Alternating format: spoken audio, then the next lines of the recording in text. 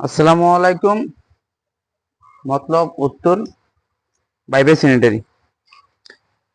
আপনার এই কাজটা সেদিনে কাজটা কেলাম মারেনি, কেলাম ছিল না বা কারেন্ট ছিল না, সেই জন্য কেলাম মারতে পারিনি।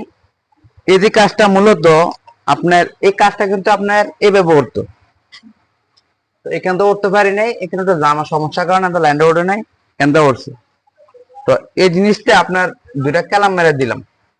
আর এগুলো যে আপনার রোল ফেলার দিয়া স্কুল মেরে দেন, টিকসই করে বেশি, দীর্ঘদিন টিকসই করে। এই লাইনটা করে দিলাম, দেখেন লাইনটা কত হার্ড আছে, এখন লড়ার কোনো সম্ভাবনা নাই। আর একটু এদিকে আসেন। আর হলো এই যে একটা লাইন, এটা হলো আপনার ছাদে এই জায়গায় ডাল আছে, তো এই ছাদের পানিটা আপনার এই পাইপ দিয়ে এখানে নামিয়ে দেবে। এই ছাদের জন্য হচ্ছে এই কাজটা করা। এটা আপনার সম্পূর্ণ কালাম মেরা দিলাম, পাইপ লড়ার কোনো ক্যাপাসিটি নেই। আর কাজের ক্ষেত্রে হয় কি, যারা আপনারা কাজ করাবেন, যারা মালিক আছেন, চেষ্টা করবেন আপনি ভালো লোক দা কাজ করাইতে, দক্ষ লোক দা কাজ করাইতে।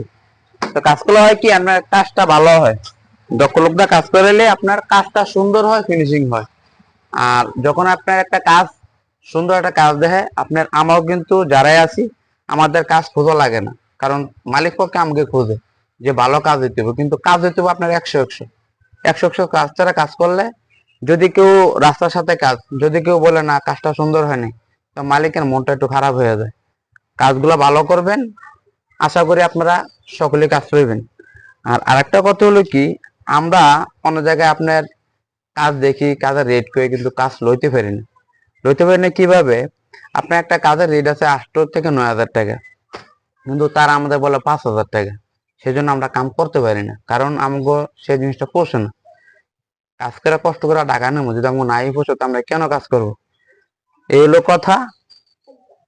একটা উদ্দেশ্য, ভালো লোক দিয়া, দক্ষতা লোক দিয়া, যারা এই কাজ সুন্দর দক্ষতা, তাদের দিয়ে আপনারা কাজ করাবেন, তাহলে কাজগুলা কোনো সমস্যা হবে না, কাজগুলো কোনো ত্রুটি হবে না, কাজগুলো খুব সুন্দর হবে।